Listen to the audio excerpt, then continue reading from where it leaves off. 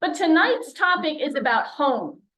And I asked you to write down some words or phrases about what home means to you. And here are some of the things you said. Family and love, safe haven, safe and comfort, security, family, warmth, peace, family, refuge. Some important words to hold on to as we consider the issues of homelessness and what we can, what is being done and what we might be able to do. Welcome, welcome. I'm going to open us with prayer from this wonderful prayers by Walter Brueggemann. And this one is called Yes. Yes. So let's come to God in prayer.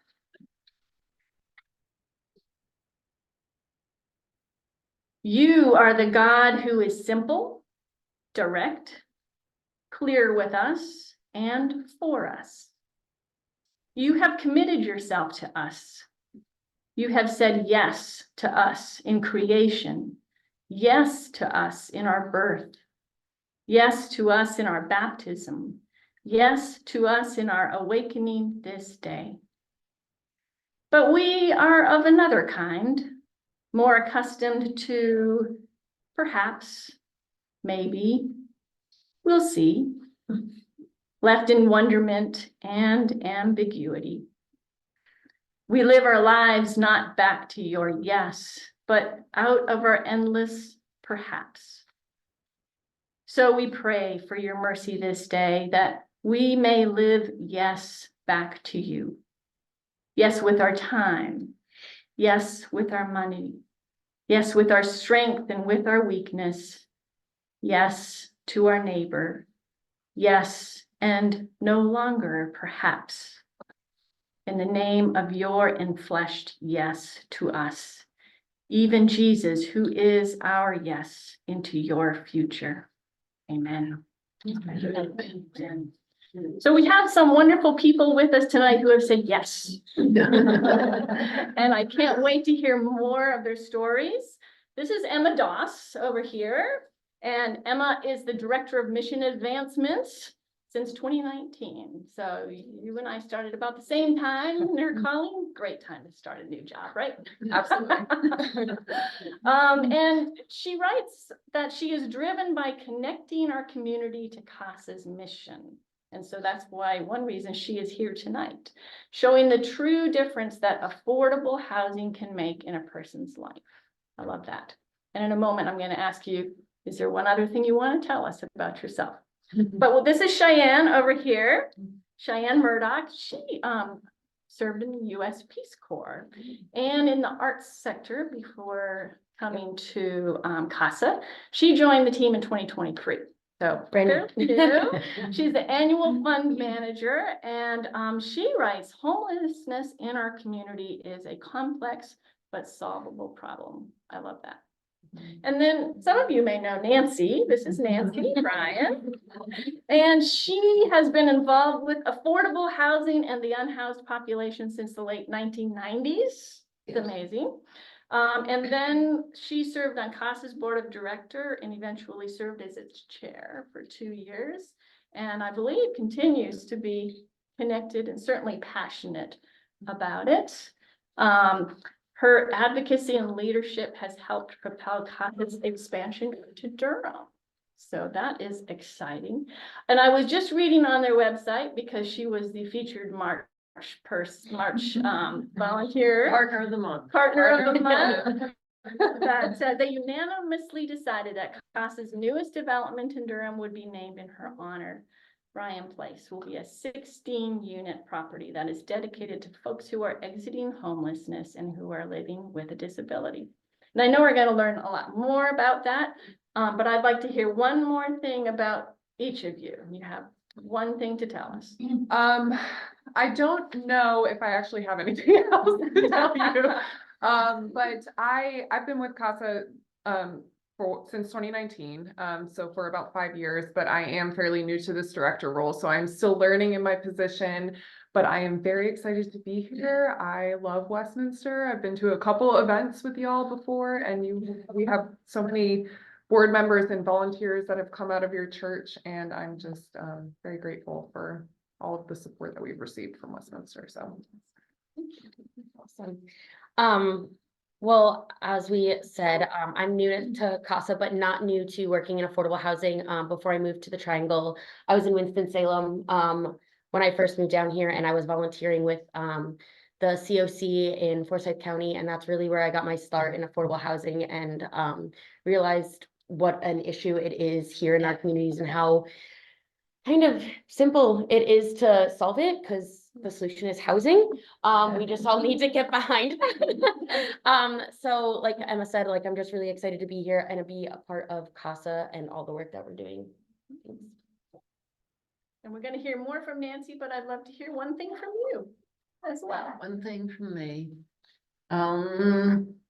Well, this place Westminster is very familiar turf to me. I've been coming here since, early 1974. So maybe even 73, anyway, so it feels like home. It really does. Excellent. Yeah. Excellent. Grateful. So now we're gonna turn it over to these lovely ladies and let you go. Sure. Well, I'm Emma. Cheyenne. Like I said, we're just very excited to be here. So thank you all for inviting us. Nancy, thank you for inviting us. I think this Aperture event that you all host is a very cool idea. Just again, honored to be here. We have a whole slide deck to go through, so we will just sort of dive right in. We do have some time for questions at the end, but if anything comes up, I would rather have this be a conversation than me talking at you for 40 minutes. So please just ask away. And we will do our best to explain our services.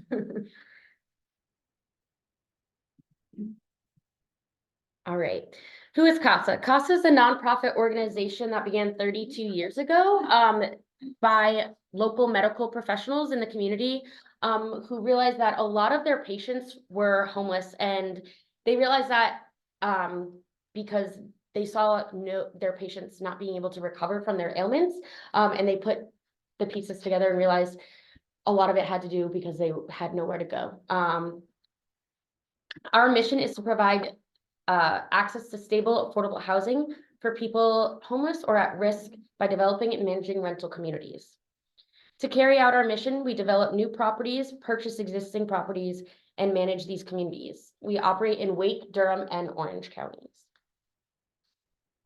Yep, I'm ready. Yeah, I do. Nancy, would you like to say a few things? We'll dive right into you. Oh, well, gosh, I'll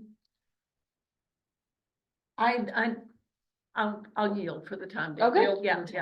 Great. So uncharacteristically.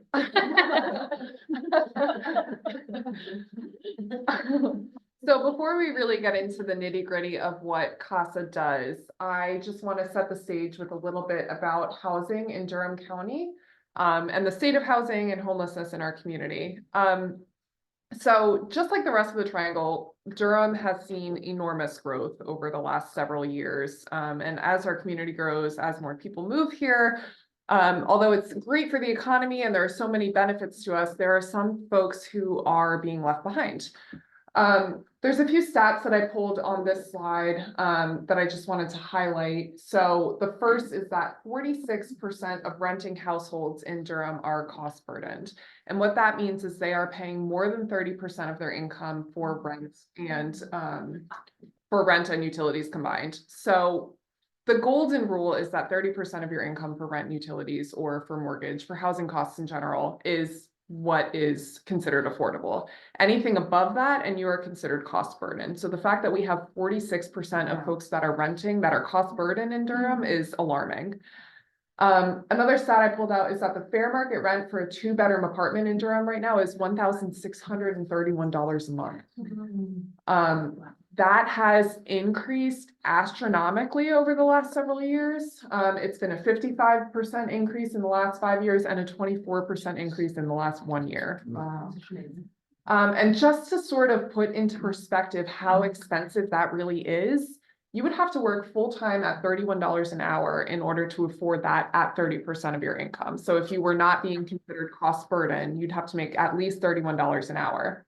If you are a single mother with a child and you are working some sort of minimum wage job, so you're a fast food worker or a home healthcare worker, or even, you know, something like that, you would have to work 187 hours a week in order to afford that rent on earning minimum wage. Obviously, that's way out of reach. That's more than 4 full-time jobs. Even if you have dual income in the house, so you have 2 folks earning minimum wage, a mother and a father perhaps, that's still way out of reach for you. So housing in Durham is getting more and more expensive.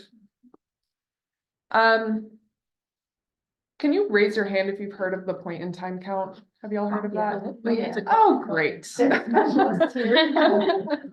Okay, great. So I won't go into what the point in time count is since you know what it is.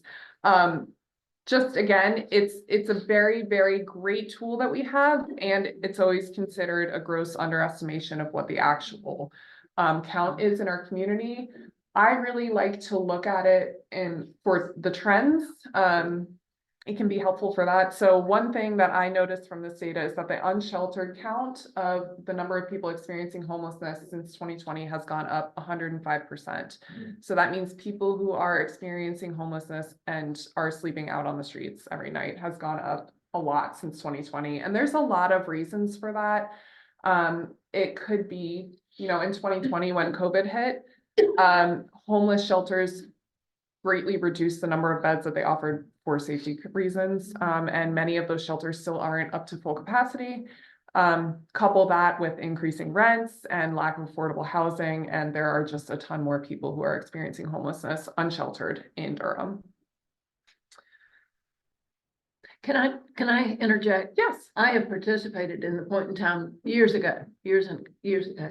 And it may be that it is much more spread out than it, but I just know that for us, when we sent our little teams out, that we were probably getting maybe 20% of what was out there, you know? Yeah. I mean, there was just no way we were covering the waterfront. Absolutely. Yeah, and the point in time count, it will cover folks who are experiencing homelessness outside and in shelters, but it does not count people who are living in motels, people who are living in hotels, people who are doubled up or couch surfing. So there's a huge number of folks that it misses. Right. Yes. So is there a count of the unsheltered folks in the various categories? Or do you have a single number? Can you repeat that question so it goes into the speaker? So the question was, do you have a single number for the number of folks who are experiencing unsheltered homelessness? And we do. In Durham right now, or in 2023, the count was 158 people. And is that better or worse over the last couple of years? That is much worse. It's gone up 105% So we're not- since 2020. We are not.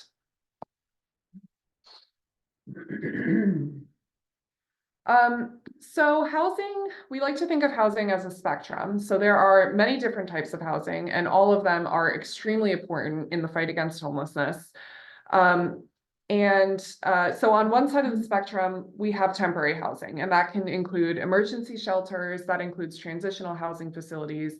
And these are incredibly important and life-saving tools for folks who are experiencing homelessness, but they are absolutely not a long-term solution for people. They are not a home. On the other end of things is home ownership. And we all know that what home ownership is. And that's, you know, in the affordable housing space, that's where groups like Habitat for Humanity fall. I like to say that CASA falls in that sweet spot in the middle, which is permanent rental housing. So it is a step up from temporary housing and transitional housing facilities because it is permanent housing. You can sign your lease year after year, put down roots in your community. You can join faith-based groups. You can make friends in your community and really, you know, get all the benefits from permanent housing. But it's also not, it doesn't come with the same barriers as home ownership. So at CASA, we accept folks who cannot afford a down payment for a house. We accept people who couldn't necessarily afford an entire mortgage. People who have prior evictions on their record, who have very poor income. That's where Casa falls in the middle with that rental housing. Another thing I like to say about this housing spectrum is it's easy to see how it can sort of be a pathway. So you start out as a person experiencing homelessness in a homeless shelter, you can move on to Casa's housing and then eventually move on to market rate housing or home ownership even. And that is great. And we love when our folks can do that, but that is not always the case for everyone. There are folks who will make Casa their permanent home and sort of that rental housing becomes the last stop for them. And that's great. We want to provide options for everyone, no matter what their journey is. Where does public housing fit in? Would that be affordable housing, affordable rental under your? So I believe most public housing is affordable rental housing. It depends on exactly which type you're talking about. Yeah. I would agree. Yeah. Mhm. All right, so in comes Casa. Casa develops new multifamily housing from the ground up, and we also purchase and renovate existing properties. When Casa is looking to invest in an existing property or undeveloped land, our real estate department team looks for a few things. We look for location to bus stops, grocery stores, medical facilities. We understand that these are vital to our residents' livelihoods. Many of them, you know, obviously don't have vehicles or need to get to medical facilities easy. So having all of these nearby or on a bus line is very important to all of our properties. And of course, all of this is not possible without funding. When we are looking to purchase something new, again, our real estate department, they look at grants that are available from the city, from the county. We look at federal funds. And then we look towards our local foundations, individuals, private donors, and we fundraise that gap. And then if there's anything left, we'll look towards a low interest bank loan. So that's kind of our like last stop when we're looking at purchasing or building from the ground up. Private and public funding combination is really important because we need both to be able to accomplish in our community. And our ultimate goal is to add as many affordable rental options to the community as possible. What's the smallest size that you would want to put your money towards to provide housing? By that, I mean like, you know, one house that has 4 places. We have a couple of duplexes and quads. Okay. It really depends on the site and I'm not gonna pretend to know, our real estate development team is, Right. they're a bunch of geniuses, and they have a very specific formula to figure out whether or not a property would be worthwhile for us to invest in. But let me mention, and I'm gonna have a hard time being precise about where this is. But Sue, I think you and Ralph were with me when we went out on a work day, and we were at some workforce housing. They were old buildings that really were sort of down on their luck, and Casa came in and spiffed them up a lot. And we did some yard work there one Saturday a few years back. And it's workforce housing. It's people who are working, but they're not making enough money to pay rents, market rents, you know. And those were 4-unit buildings, I'm pretty sure. Okay. So, and they were a little north of downtown is where I think they were. So, Mhm. Yeah, that's nice. And it's a smaller community. I mean, like Yeah. by some big place. right. Right. Okay. So in our 32 years, our property portfolio has climbed to nearly 600 units. As of today, we currently have 570 units, a few more opening up this year and then more in our development pipeline. As you can see, we've grown as the need for affordable housing has grown. It's hard to see on this slide, but that 686 underneath it says projected. That's where. Sorry. We're at 570 now. 686 is where we will be at the end of 2024. Yes. Yeah. These are our current properties. Oh, there we go. These are our current properties in Durham. We own 6 properties for a total of 135 apartments. We have two different types of apartments. Nancy briefly just talked about workforce apartments, which are apartments for people that are working and maybe not making enough money to afford a for market rate apartment. And then we also have our supportive apartments that refer to people living with a documented disability. They might be able to work, they might not be able to work. The numbers underneath, so to put those into perspective, I pulled some data today, and AMI is the area median income, and the city of Durham is saying that the 2024 area median income for Durham and Chapel Hill is $116,000. So our workforce apartments, on average, those people are making between $16,000 and $32,000 for one person, which puts those apartments at 50% or less AMI, area median income. Whereas our residents in our supportive apartments are making less than 16,000, which is putting them at making less than 30% area median income. And that's where you'll see, we'll talk about a little bit more in depth, but CASA really focuses on filling that gap of the 30% or less area median income. That's kind of the group that kind of falls in between the cracks when it comes to affordable housing. And so that's where CASA gets to focus. For those of y'all, can I comment on the map? Besson runs off of Old Chapel Hill Road. Yeah, it does. It runs off of Old Chapel Hill Road and it runs into Anderson. There's some apartments over there. And in fact, before Next Step Housing, my little beginning with all this, hooked up with y'all, we were looking at Besson and they got sold and we were bummed until we realized it was costing.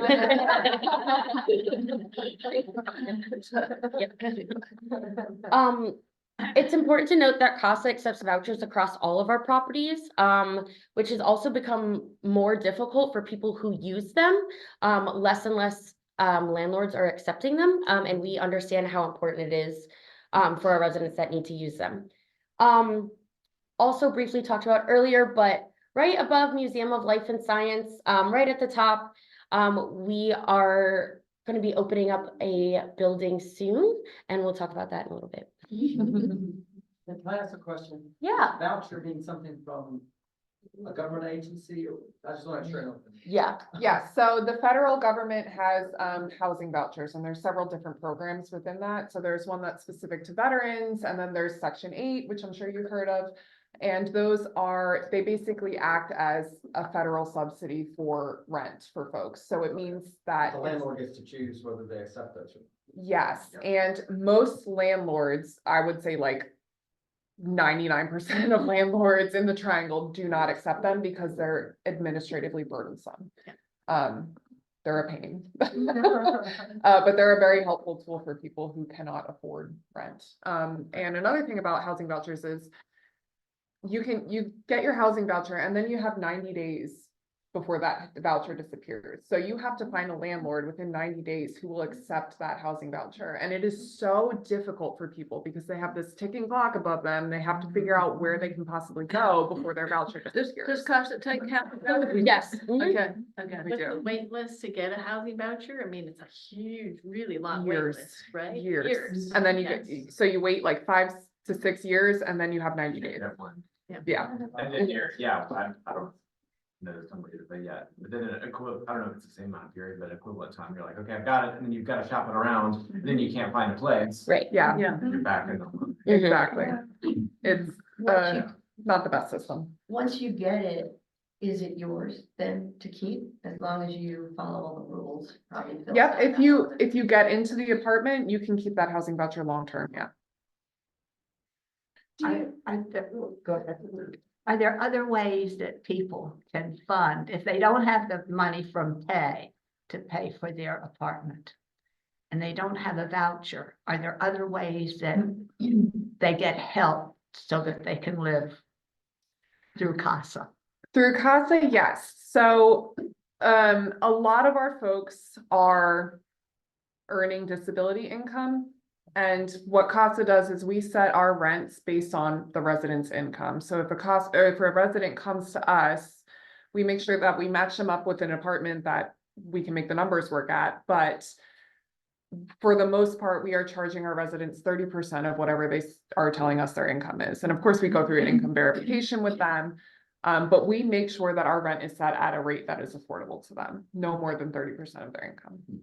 There are little, sorry, pots of money that are private. So I'm gonna ask some questions later, but I'm on the board at Families Moving Forward. Oh, okay. And they were singing your praises and saying what an amazing organization CASA was Aw. and how much they love working with you. But they have these rapid rehousing funds that Housing for New Hope Mhm. Yeah. also has that will pay the security deposit in the first few months' rent and Yes. subsidize people, but in the long run, the people have to be able to afford the apartment. Like rapid rehousing money is not a forever Yeah, source right. of money. It's like a 6 month or. Rapid rehousing is really helpful for getting folks into the apartment, and then our staff will work with them to make sure they're signed up for whatever benefits they qualify for, and then sort of work with them for the transition plan once the rapid rehousing dries up. Do you get people through World Relief Durham, the immigrants? I have heard of that. I've heard of them, and I don't think that we have. I would have to double check with our Well, leasing team. It hasn't been too long ago. I think y'all got a killer waiting list. We do.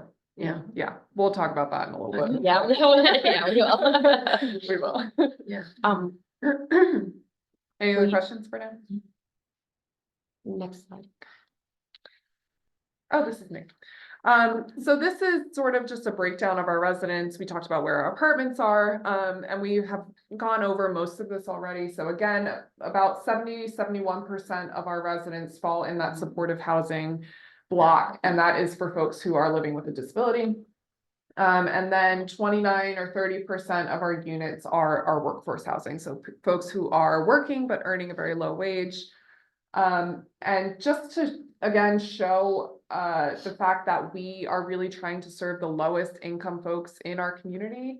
The average annual income of a CASA household last year was just $14,424 a year. And because we're committed to charging folks a very low rent and charging folks a rent that's just 30% of their income, the average CASA household rent that someone had paid to us last year was $338 a month. And I'm sure y'all know that there is nowhere in the triangle that you can live paying $338 a month.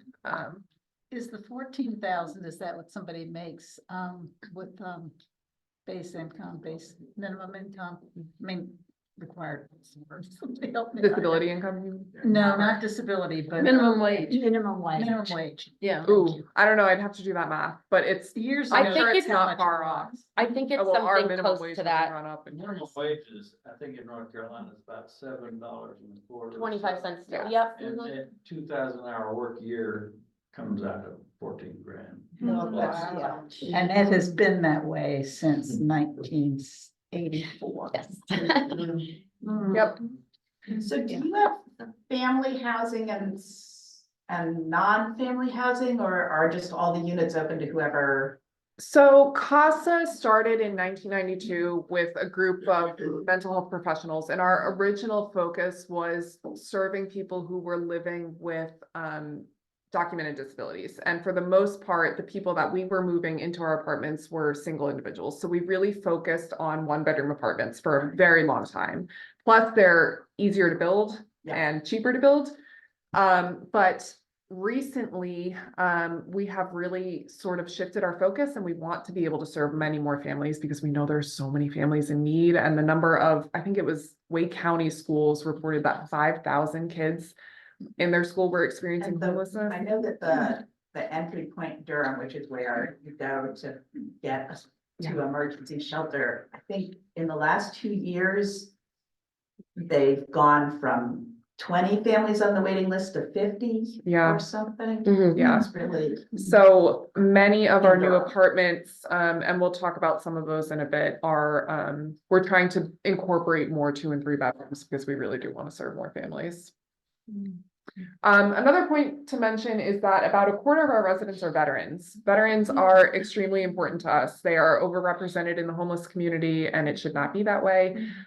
We have 2 properties right now that are specifically dedicated just for our veteran residents, one of which is in Durham. Our Denson Apartments, it is 23 units. 23 apartments. 23 units. And that's Alex Denton. Yeah. Okay. And that community is pretty special. If you ever get the chance to go, I highly recommend it. They are like a big family over there and they all watch out for each other. Okay, next. So at Casa, we really like to say that we are a compassionate landlord. We really try to go above and beyond to serve the people that live with us. And we've already talked about most of the things on this slide, but a couple other things that I want to mention is that we have an in-house leasing team, an in-house maintenance team, and an in-house behavioral health intervention team.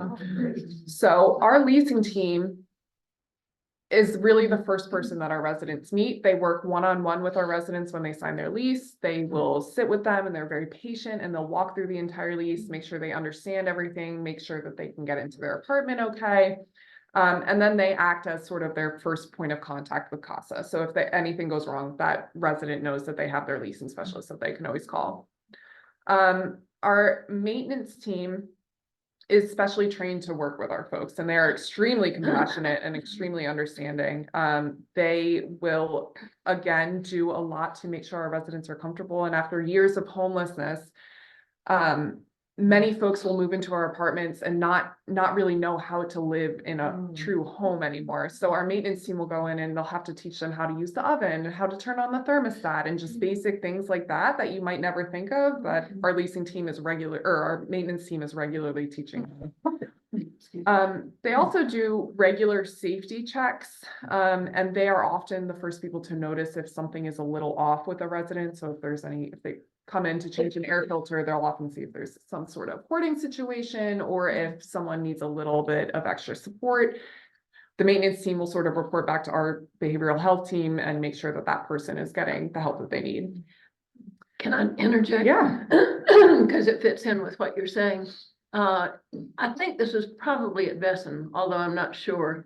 But anyway, it was a situation where somebody had a burner on the stove that was burned out, and they were just kind of not dealing with it, you know.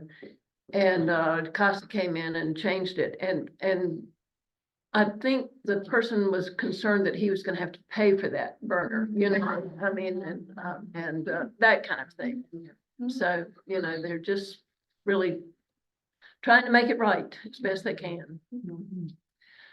We also have and this is a sort of a newer team for us, but we in 2020 launched a behavioral health intervention team because we realized that just providing the housing isn't quite enough. Our residents really need a little bit of extra support. And so we created this behavioral health intervention team, and they have sort of become the first people to step in the event of a crisis. So if someone is experiencing a mental health crisis, they will step in and de-escalate whatever situation is happening and make sure that that person is connected to a community resource that can really provide that in-depth support. We also have a small crisis assistance fund, which provides one-time financial assistance to someone whose housing stability is threatened by some financial situation. A lot of times this is something like a flat tire or a surprise medical bill. And if you're extremely low income, those costs have the power to snowball and get out of control and threaten your housing. And we never want someone to lose their housing because they can't pay their rent. That is not our goal. So this crisis assistance fund was created to provide that extra financial support to a person directly before they lose their housing. So after being with Casa for several years, I've really seen so many folks change for the better. When people first move in, a lot of times they are very anxious, their physical health has suffered, their mental health has suffered. They haven't been able to take their medications or even store their medications on a regular basis.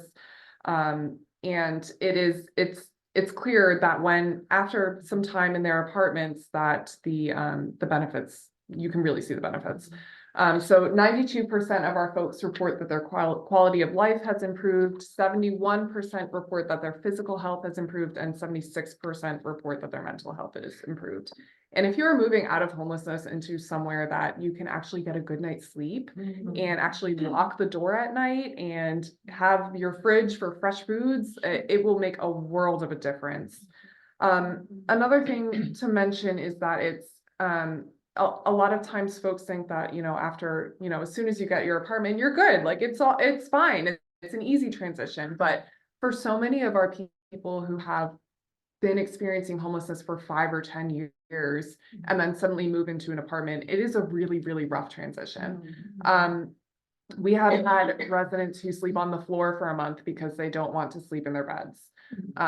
We have set up tents in people's living room because they are so used to sleeping in a tent outside that they feel unsafe without it. So we are here to support our tenants however they need it. And if they're more comfortable sleeping in a tent in their living room, that is great. So we will do that for them until they are ready to get rid of the tent and sleep in the bed. But it definitely does take some time, but the benefits of permanent housing are very clear. And the one thing I sort of been spending some time speaking with folks outside, and one thing I've noticed is this came from someone over at a different facility like Casa, but they said, these people that have been out in the woods for years and years, their basic needs have not been met for so long, they may not even know what year it is. They may not know what day it is, so to even think about coming into a home would be such a huge transition to even think about job first, home first, or it couldn't be done in a 30-day period like Entry Point provides. And the fact that you're saying they need tents in their homes just sort of backs that transition period up in my mind. That makes a lot of sense. Yeah, people who are experiencing homelessness have a lot of reason to feel like they can't trust anyone. And when they access this housing, a lot of times they're feeling like, when is this going to get ripped out from under me? And how soon am I going to have to move? So it takes some time before they realize, like, no, you're here, you're safe. We're not going to take your home away from you. It can definitely be a transition. Yeah. Awesome. We're lagging a little bit. There we go. We're gonna go back to talking about our apartments in Durham. As you can see, most of our apartments are in Wake County. Casa did begin in Raleigh. By the time we moved into Durham and Orange counties in 2008, we already had over 100 units in Wake County. So building in Orange and Durham counties are a high priority of Casa right now. With the expansion of Casa's real estate department, we can focus on expanding our efforts into Durham and Orange counties. And we want to keep focusing on these cities. As you know, the numbers are just increasing. Next slide. We're going to talk about our properties in detail. This is our Denson apartments for our veterans, which we spoke about. A lot of the time when we're building new properties from the ground up, we have to build in pieces because of funding. So our first apartment building, the first Denson apartment building was built in 2014, and it houses 11 apartments. And our second building was completed in 2016 and has 12 apartments. And like Emma said, it is really a community out there. When I first started at Casa, maybe not even a month in, our behavioral health team had a community day and I got to go out there and they brought in community partners. And at the time we were working with Duke student nurses who were working with those residents. And they had music and activities and snacks and we were just talking and hanging out and it was a great day. And so that's a little bit of what our behavioral health team does, but really how these residents really begin to connect. Just so you'll know, it's fairly close to Northgate Shopping Center and the road is Sedgefield. You can go over there and see them sometime. Next one. What, how do you decide whether you're going to build or renovate or find whatever how do you decide that? Again, that's the real estate department. They are phenomenal. They really are. Like we know the basics, but they are so smart and knowledgeable. They'll do all kinds of like analysis and determine like if a property is worth purchasing and rehabbing or if just worth knocking everything down and starting again. We actually have a property like that in Raleigh. We really won't go into detail about it tonight, but we've owned it since like 93 and it phased out of its affordable housing time period. And our real estate department was, you know, kind of just got together and was like, is it worth keeping? Or do we sell it and put that money into a different piece of land? And ultimately we decided to keep it. We are going to demolish the building. No one has been living in it in quite some time. Demolish the building, start fresh, and we are building 9 units, 8 of which will go towards youth that are aging out of foster care, and we have a partner with that in Raleigh as well.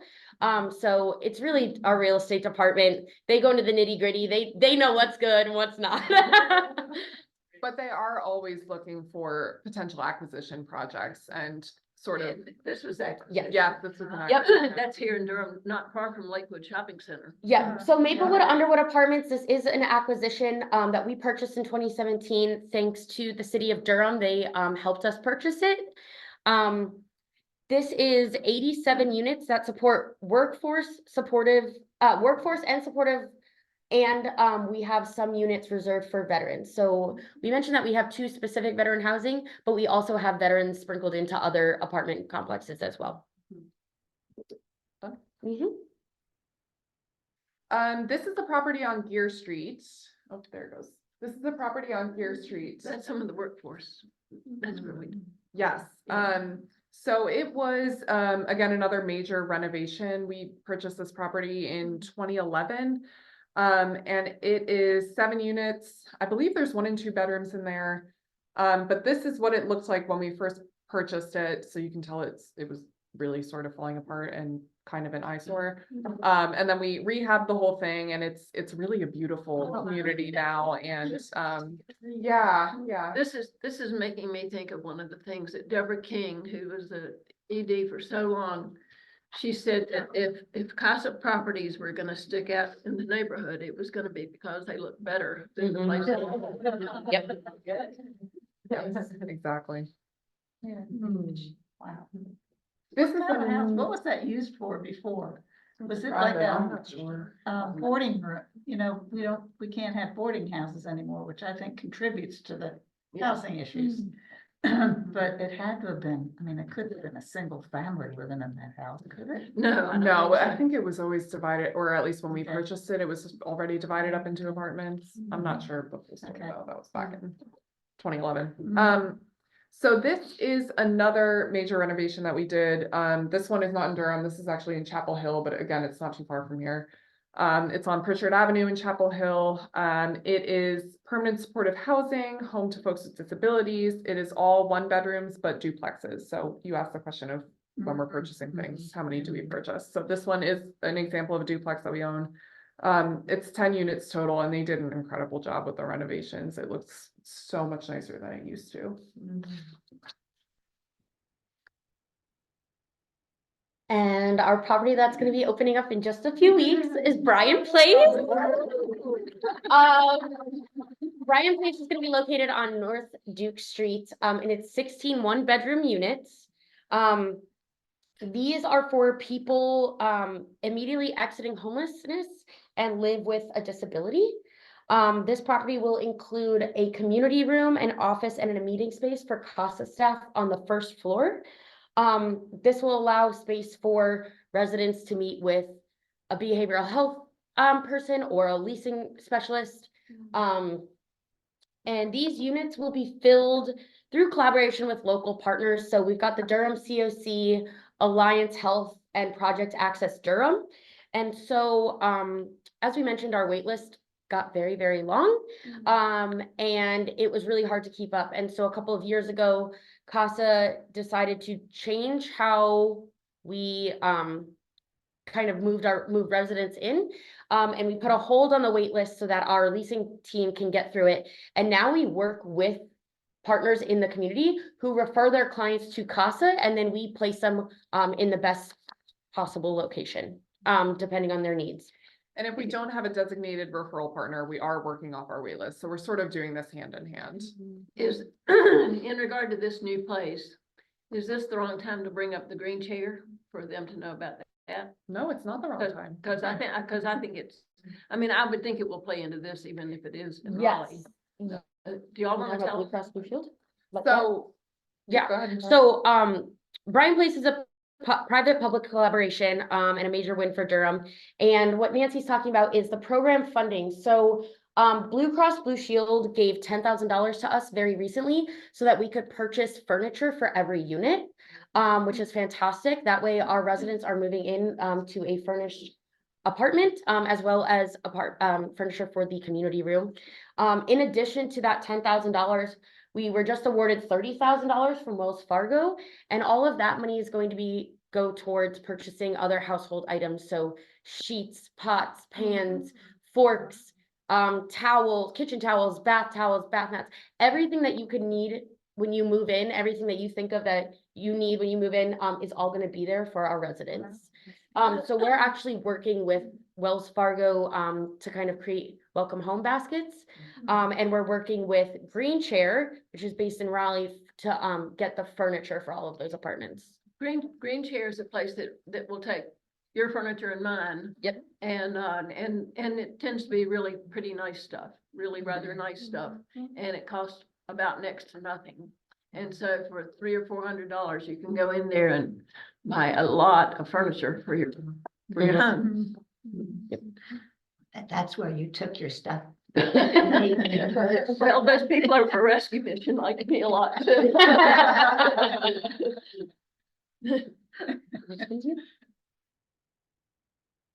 So less exciting because it's not about Nancy. This one. So Homestead Gardens, this is another community that we have in the pipeline. This is in Chapel Hill. And CASA formed a collaborative with Self-Help, Habitat for Humanity, Community Home Trust, and UNC Horizons. So these 5 sort of longstanding nonprofits in our community got together and we formed a collaborative. And we applied for an RFP that the city had put out for this plot of land, and we were awarded it. So what we are planning for this plot of land is sort of a mixed income community. So Habitat for Humanity and Community Home Trust will be doing townhouses and duplexes for home ownership. And then CASA has 2 separate buildings that will be rental housing. The first building is going to be 22 workforce units. Very excited about that, all 1 bedrooms. And then the second building is going to be 32 2 and 3 bedroom units. And that will be, that community is being developed in partnership with UNC Horizons. And I'm not sure if you've all heard of them. They're an incredible group that provides substance use, treatment and counseling to women who are parenting. So these 2 and 3 bedrooms will be designated. 16 of them will be for active participants in the program who are going through substance use treatment. And then 16 will be for graduates. All of CASA housing is permanent. And so will that one will also be permanent. But the thought is that people will sort of cycle in and out of this building a little more quickly than a typical CASA apartment. The graduate units, we want to provide a safe place for them to live with their kids until they are ready to move on. And we are anticipating that, you know, after they sort of get themselves back on their feet and get a job, whatever that looks like for them, they will move on. And, you know, folks will sort of cycle in and out of this building a little quicker. When a unit is put in this case in Chapel Hill, does that mean that all the people who would live in it would be in that area or in that town or not necessarily? Not necessarily. It depends on our referral partners. So like UNC Horizons, their program accepts people from all over the state. So they have folks that they're serving from Asheville that might come to Raleigh to participate in their program and then will live in that community for a bit. The last sort of big point I want to mention here is that CASA really likes to drive home the point that we are either a permanent home for folks or a stepping stone. So we are either that place where people can live out the rest of their days and, you know, put down their roots in their community, or we can be the place where, you know, folks can come in, live with us for a few years, rebuild their credit, and then move on to something else. Everyone is different. Everyone has their own story, and we are here to respect that and provide what they need. And now we would like to introduce you to one of our Durham residents, Tariq. We hope. And hopefully. We hope this is gonna work. So, let's see. Friends at home, I'm going to invite you to link up to this video, if I can get chat to come up. Let's see, so check your chat for a link to the video, and I'm gonna invite you to try watching this on your own. Is there, yeah. Because what we find is that when you try it through Zoom, it doesn't work very well. And so I suggest that you just go to a different browser or go to a browser, watch the video, and then come back. Let's try it and see if it works. Okay? And good luck. Yeah, good luck. Hope to see you in a few minutes. Yes.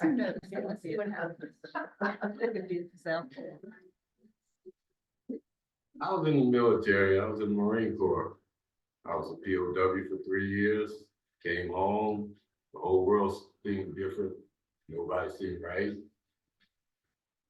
I had a hard time adapting. At that time, they called it shell shock. Now they call it PTSD. But there's an old saying, you're only one paycheck from being homeless. I found that to be true. So I went to shelter and then transitional housing. At the time, there was a lady, she was a very sweet, caring woman about the vets and the homeless. When she told me about CASA, it changed everything about it. CASA has been very great to us. My apartment is my home. It's just a nice place to be. Fun, I like to fish. I love to read. I think one of the things I like to do the most about reading is it's an adventure. I imagine it in my head. By going all over everywhere when I was a young man, I still like that adventure. I have a lot of plants in my apartment. I really love plants, and I just have a green thumb, I guess. They're my friends, they're my children. If I can talk to them, they're my therapy. As a Marine, be too proud to ask for help. Don't be scared to ask for help or proud. They will help you if you be open and honest. They'll find a place for you. And once you get in their apartment, they do everything they can, but they work with you constantly to build you back up to where you was before. Because sometimes in life we all fall. The CASA helps you build yourself back up.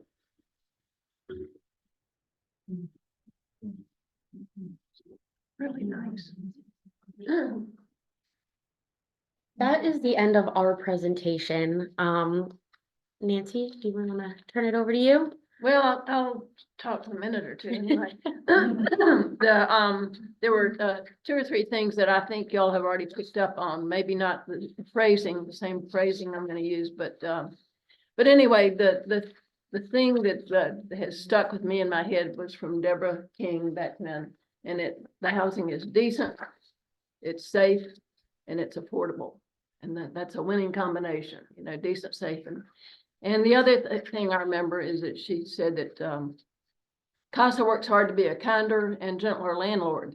And that honestly, that's what's very much needed in this case. I want to thank y'all for what you do. I thank y'all for coming out tonight. And I want to also share with y'all some Westminster connections to CASA and or some of its predecessors. And Alex Denson was the 2nd board chair for CASA. And this is, Yeah. is he? Okay. There, right there. Okay. Declining there. Okay, that's good.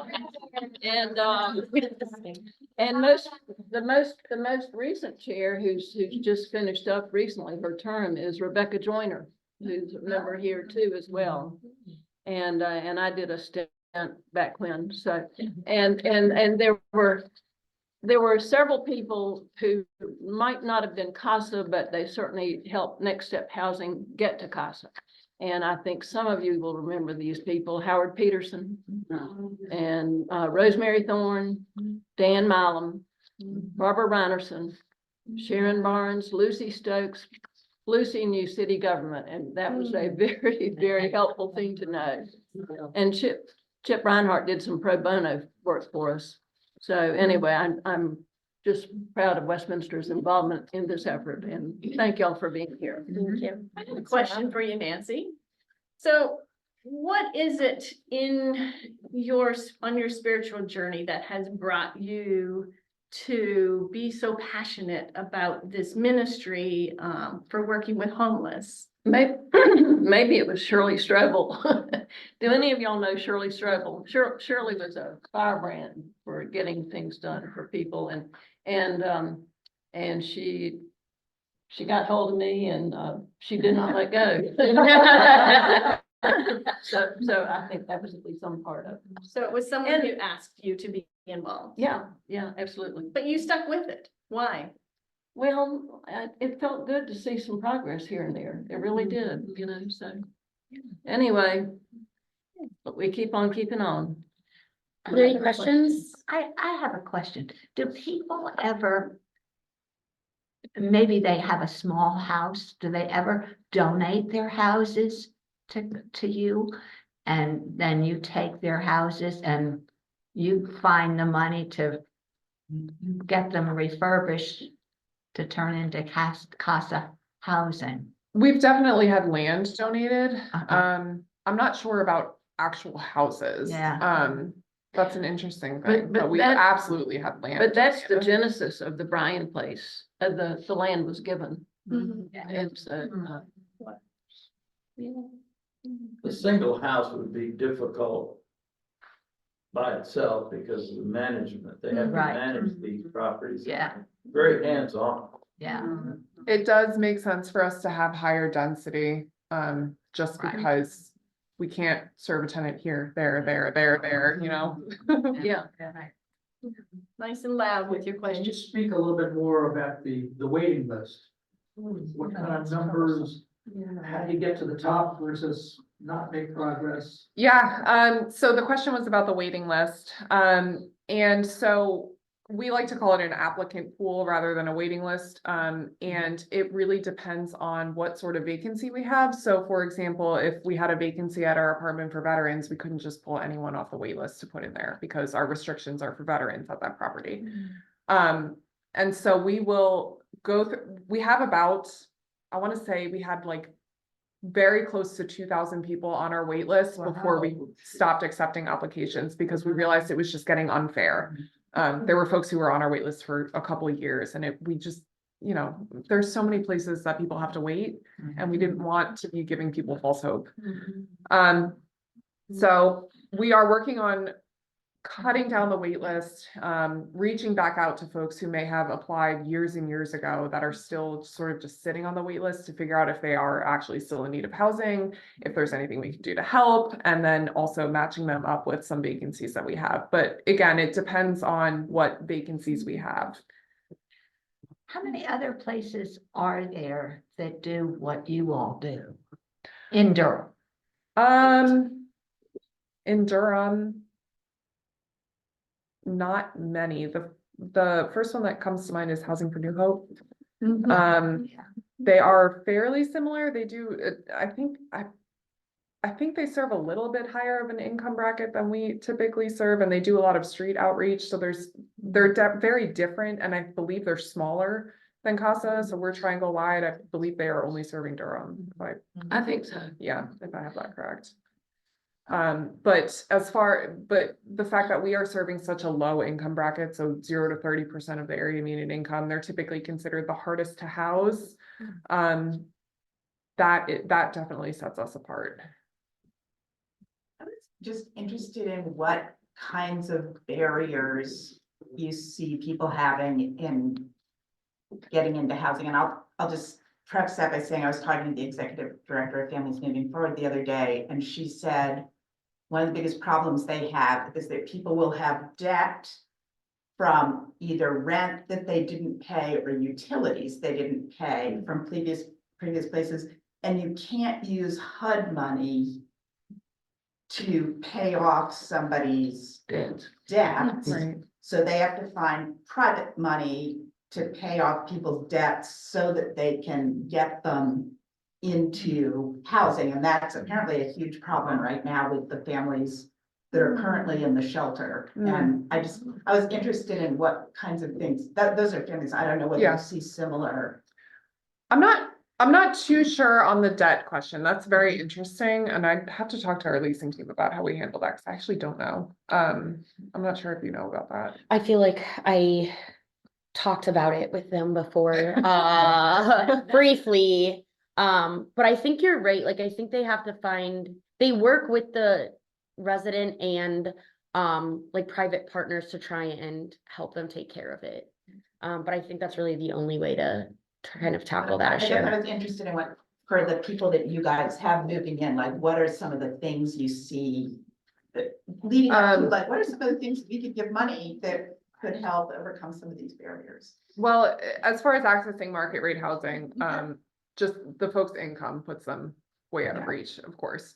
A lot of people that come to us have very, very poor credit, because of some mistake that they made previously. CASA doesn't check credit scores when we move people into homes, but that is a huge barrier to be able to access rental housing anywhere else. Every normal market rate apartment is going to run a credit score check on you. Another thing is we accept folks with justice involved backgrounds. As long as they are nonviolent crimes, we will let them into our apartments. So minor misdemeanors, things like that. One example that comes to mind is we had a woman, her name was Emma, actually. She moved into our apartments. And she had a criminal record because she stole a sandwich because she was hungry. So it's things like that, that just set people behind and they just can't climb out of these holes. Trying to think what other barriers folks come to us with. Do people have to be sober? No, so that's a great point. Thank you for bringing that up. CASA believes in this thing called housing first, which means before you can address sobriety, before you can get a job, before you can maintain your health, you need somewhere permanent to live. Being able to get control of these things without a home to come home to at night is impossible. There's no way that you can, if you're running around from place to place to place every day just trying to get a meal, there's no way that you can store your medication, that you can remember that you have a doctor's appointment, that you can get on the bus to get to your doctor's appointment and you miss the bus. And it's all of these things compounding, and just having a permanent place to live can really make that difference. So housing first is a big thing for us. So obviously knowledge is an important thing, and we're here to know more about what you're doing. We really, really appreciate that. Is there anything that we, as just the regular church members, not the amazing Nancy necessarily, anybody else, can do to volunteer or beyond definitely a stronger understanding? Well, this might be a good time for me to say quickly that we, who are tied into CASA at all, really, really appreciate what Westminster gives from local missions every year. And that's really a very valuable thing. And we sure do appreciate it. We really do. It's huge for us, the money that y'all give. So thank you. Just to echo that, really do appreciate it. As far as other ways to get involved, donations, obviously. When we open Bryan Place, there will be a need to sort of help set those apartments up to get the furniture in to, Wells Fargo is putting together these great baskets for us, but we have to actually, like, our staff is going to be the ones putting them in the apartments. So any help that we can get with that would be greatly appreciated. We love to do landscaping days. It is hard work, but we always need help spreading mulch and cutting back leaves and keeping our properties in tip-top shape. And then welcome home baskets are huge. I know y'all have done those for us before, but being able to offer a basket of cleaning supplies and toilet paper and paper towels to our folks when they first move into their apartment can be a huge help.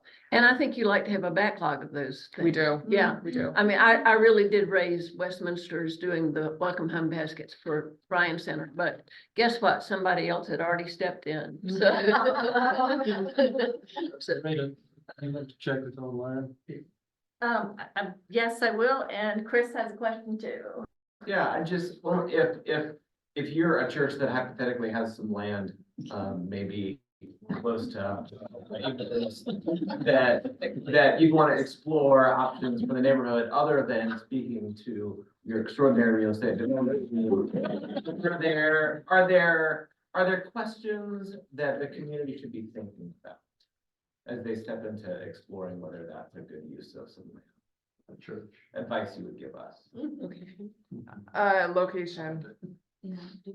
And bus If line, there's- bus line. Yeah, exactly. is there a bus line? A lot of the people will not have a car, Right. Yes, you know. if it's near public transportation, Zoning rules, zoning, if you didn't hear that. that's the first couple things that. Yeah. Good point, Mrs. Shane. Did you still have a question? Oh, I did, but if we're wrapping up, I can. One more question and So then I we're free. I was just curious about sort of percentage of people that this is a stepping stone versus the list and like how maybe the list gets triaged because with, you know, thousands of people on the list, how do you decide? Cause right, if there are restrictions on properties and stuff like, it just seems like such a big puzzle.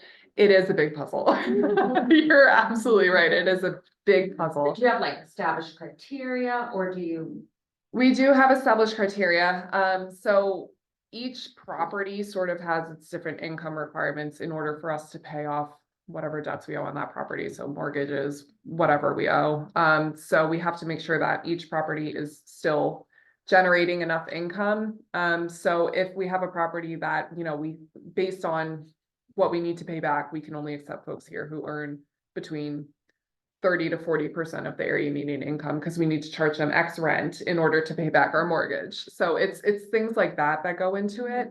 And they will, though we have a big pool of folks, they sort of are in order, but we're going down the order and skipping here and there in Right. order to find the right person.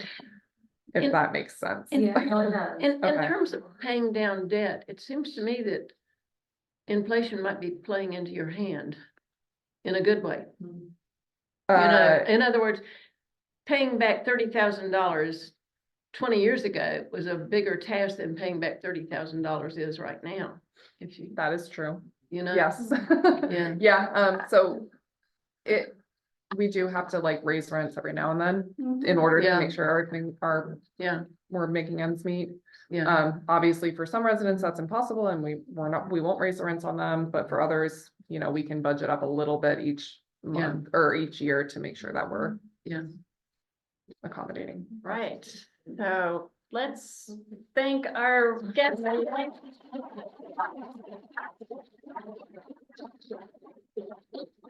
And I'm gonna ask Chris, because would you close us with prayer, please?